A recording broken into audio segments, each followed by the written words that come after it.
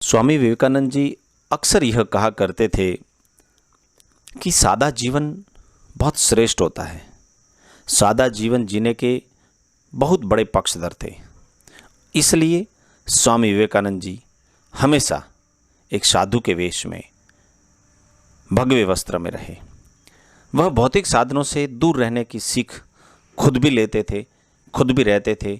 खुद तो बिल्कुल अनुशासन के साथ पालन करते थे, लेकिन वह दूसरों को भी यही सीख देते थे।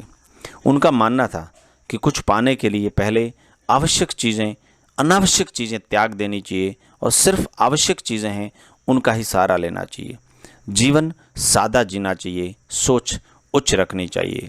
स्वामी विवेकानंद जी भौतिकवादी लालच और भौतिकवादी सोच वाली लालच को बढ़ाकर हमारे लक्ष्य में बाधा बनाती है, इस तरीके के विचार, इस तरीके के भाव वो दुनिया के सामने रखते थे।